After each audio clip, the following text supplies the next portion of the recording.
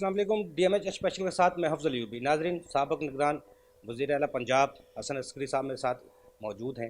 उनसे जानेंगे जो उन्होंने रोड मैप हुकूमत को दिया था, मुश्किल हालात में मुल्क को चलाया था, मुआशी हवाले से भी दूसरे हवाले से भी। आज पौने 3 साल गुजर चुके हैं, क्या सूरत हाल है, मुआशी हालात कैसे हैं, टैक्स तरमीम की जा रही हैं, अलग-अलग सदारती आर्डिनेंस आ रहे हैं, महंगाई का एक तूफ़ान बरपा है। जो डॉलर था वो बहुत ऊपर गया, फिर नीचे आया, लेकिन उसको संभाला नहीं दिया गया। क्या वजूहत हैं, उन्हीं की ज़ुबानी जानते हैं। हसन अस्करी साहब, आप भी पौने 3 साल को हुकूमत के किस तरह देख रहे हैं, मुआशी हालात से भी और एडमिनिस्ट्रेटर के हवाले से भी? देखिए, इक़्तिसादियात के पाकिस्तान में शदीद किस्म के मसाइल हैं, और जब तक इक़्तिसादियात के मसले को हम हल नहीं करते, हमारी सियासत और ओवरऑल माशरे में इस्तेहकाम और सुकून जो है वो नहीं आएगा। इक़्तिसादियात का मसला ये है कि एक तरफ जो मामले अवाम की फ़लाह के लिए हैं, अवाम की बेहतरी के लिए हैं, वो ऐसा लगता है हमारी इक़्तिसादियात का बुनियादी मकसद अब नहीं है।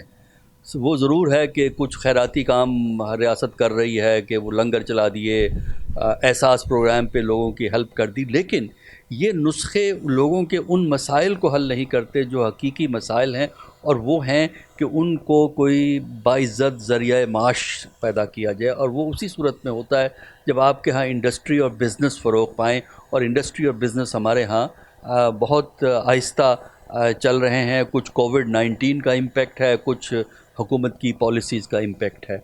दूसरा पहलू ये है कि इक़्तिसादियात जो इस वक्त उसका रुख है, एक रुख पे IMF का कब्ज़ा है।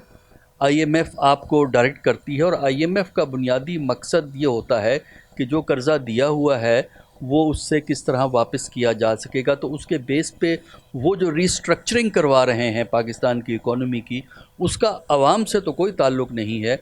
अलबत्ता ये ज़रूर है कि पाकिस्तान IMF वर्ल्ड बैंक की नज़रों में एक अच्छा मुल्क बन जाएगा, क्योंकि उन्होंने जो तब्दीलियां करनी है वो अपनी तब्दीलियां इसमें जो है वो करवा रहे हैं। हमारी इकॉनमी जो है बुनियादी तौर पर जो साहिबान इख्तियार व इक़्तिदार हैं, जो हमारे उमरा हैं, जो हमारे इकनॉमिकली पावरफुल ग्रुप्स हैं, उनकी खिदमत करती है, उनकी बेहतरी के लिए हमारी इकॉनमी चलती है। गरीब आदमी के लिए थोड़ी बहुत खैरात उनको पहुंच जाती है ताकि वो बिल्कुल बेचैन ना हो, लेकिन मकसद जो है आवाम की खिदमत जो है वो नहीं है। और इसी किस्म के फ़ैसलों की वजह से इस हुकूमत की मुश्किलात में इजाफ़ा है, क्योंकि जो बैनुल-अक़वामी अदारों को खुश कर लीजिए या आवाम को, दोनों को एक वक्त में खुश करना मुमकिन नहीं है, और यही तज़ाद हमारी इकॉनमी में है। अस्करी साहब, ये IMF की जो डायरेक्शन आप कह रहे हैं, ये ग्रे लिस्ट की वजह से हैं, हुकूमत मजबूर है उसको उनकी शराइत को मानने के लिए, या दूसरी वजूहत हैं? दूसरा, जो हुकूमत का एक नारा था, स्लोगन था, करप्शन का खात्मा होगा, इदारों में इस्लाहत लाई जाएंगी, मेरिट पे काम किए जाएंगे, क्या उनमें से आप समझते कोई नारा पूरा हुआ या आइंदा को पूरा होगा? देखिए, दोनों प्रेशर हैं पाकिस्तान पे, और ये मिले जुले प्रेशर हैं। एक ग्रे लिस्ट की वजह से आपकी इकॉनमी पे मनफी असरात हुए हैं। बैंकिंग में आप ज़रा अपना अकाउंट तो खोल के देखिए, तो आपको पता लग जाएगा कि आपसे कितनी पूछ गुछ होती है। ऐसा लगता है जब बंदा बहुत बड़ा मुजरिम है और कोई जुर्म करके आया है तो वो अकाउंट खोलने में ये सूरत हाल हो जाती है। फिर ये है कि IMF वर्ल्ड बैंक ने जितनी भी इकॉनमी की डायरेक्शन दी है, वो इकॉनमी जो है वो बड़े लोगों के लिए ही है। आम आदमी की जो इसमें हमें कोई चीज़ ऐसी नज़र नहीं आती, क्योंकि अगर आपने आम आदमी को एड्रेस करना है, माइक्रो लेवल पे अगर आपने कुछ काम करने हैं, सबसे पहले आपको प्राइस मैनेज करनी है। और प्राइस मैनेज हो सकती है, चूँकि IMF का कंसर्न प्राइस मैनेजमेंट नहीं है। IMF का कंसर्न ये है कि बड़े बड़े अदारे जो पाकिस्तान की इकॉनमी को कंट्रोल करते हैं, वो उनकी सोच की अक्कासी करें। और इस वक्त जो हमारे फाइनेंस मिनिस्टर हैं और स्टेट बैंक के जो गवर्नर हैं, वो बुनियादी तौर पर IMF के फ्रेमवर्क में पाकिस्तान की इकॉनमी को चला रहे हैं, जिसमें आवाम के लिए कोई ख़ास चीज़ हमें नज़र नहीं आती। हुकूमत के जो इक़्तिसादी नारे हैं, उनमें से कोई नारा हमें पूरा होता हुआ इस वक्त नज़र नहीं आ रहा है, क्योंकि करप्शन के सिलसिले में नारा बहुत लगाया, لیکن کرپشن کے سلسلے میں ہمیں نہیں کوئی اطلاع کہ بڑے سیاستدانوں اور بڑے لوگوں سے انہوں نے پیسے لے کر پاکستان کے خزانے میں پہنچائے ہوں. جو یہ ہے آپ کا نیب کا ادارہ ہے وہ پکڑ لیتا ہے پرائیویٹ سیکٹر کے لوگوں کو, ہاؤسنگ سوسائٹیز کے لوگوں کو, ان کو مجبور کرتا ہے کہ وہ پلی بارگین سے پیسہ کچھ دے دیں ان کو تاکہ وہ اپنی کارروائی دکھا سکیں. کورٹ میں لے جا کر کنوکشن کروا کے کتنا پیسہ جو ہے وصول ہوا ہے وہ برائے نام ہے اور نہ ہونے کے برابر ہے. اور کسی بڑے پولیٹیشین سے جن پہ اتنے الزامات لگاتے ہیں یہ, ان میں سے 1% جو ہے اس وقت ہمارے خزانے کو واپس نہیں ملا ہے.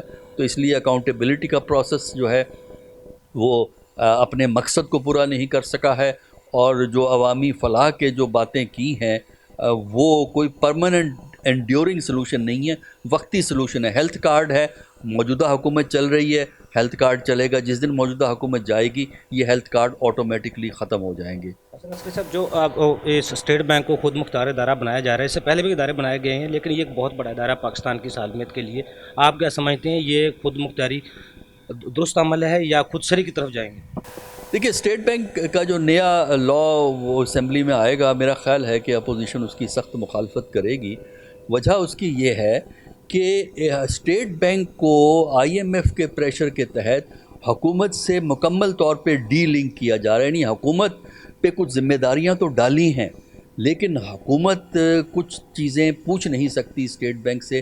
اور اسٹیٹ بینک کے جو گورنر ہے, present governor, retired governors, board of directors, deputy governor, موجودہ اور آخری جو ماضی کے ہیں, ان سے آپ کوئی اکاؤنٹیبلٹی نہیں کر سکتے. اس وقت پریزیڈنٹ آف پاکستان کو اتنی امیونٹی حاصل نہیں ہے جتنی کہ ہم ان کو اسٹیٹ بینک کے اعلیٰ عہدیداروں کو دینا چاہتے ہیں. پریزیڈنٹ آف پاکستان کو کچھ امیونٹی حاصل ہوتی ہے جب وہ آفس میں ہوتا ہے, لیکن جب وہ ریٹائر ہو جاتا ہے تمام پروسیڈنگ اس کے خلاف ہو سکتی ہیں, جو ہم نے دیکھا ہمارے یہاں ہوئی ہیں. اور لیکن اسٹیٹ بینک کے گورنروں کو ہاتھ نہیں ڈال سکتے. تو اس کا مطلب یہ ہے کہ اسٹیٹ بینک کا گورنر جو ہے کچھ اکنامک فورسز کے ساتھ, انٹرنیشنل اکنامک فورسز کے ساتھ مل کے اور کچھ ملک کی اکنامک فورسز کے ساتھ مل کے جو انٹرنیشنل لنک اپ ہوگا, اس کے ذریعے وہ پاکستان کی حکومت کو اس طرح مجبور کر سکتا ہے کہ پاکستان کی حکومت کے پاس کوئی چوائس نہیں رہے گی کہ جو اسٹیٹ بینک کہہ رہا ہے وہ آپ کریں اور اسٹیٹ بینک وہ کہے گا جو انٹرنیشنل فائنینشیل انسٹیٹیوشن کہیں گے. تو اس طرح آپ ایک ملک کے سب سے اہم ادارے کو ایک اتنی آزادی دے رہے ہیں کہ وہ بین الاقوامی فورسز سے مل کے پاکستانی ریاست کو جو ہے سرنگوں کریں. جی ناظرین, آپ نے حسن عسکری صاحب کی گفتگو سنی. جس طرح آج حکومت IMF کی ڈائریکشن پر ٹیکس کا قوانین بناتی ہے, ٹیکس کی ترامیم لائی جاتی ہیں, اسی طرح اگر اسٹیٹ بینک کو بھی آزاد خود مختار ادارہ بنا دیا گیا تو اس کی جو تجاویز ہوں گی ان پہ بھی حکومت کو عمل پیرا ہونا ہوگا. آئندہ کے لیے افضل عیبی کو اجازت دیجیے. اللہ حافظ.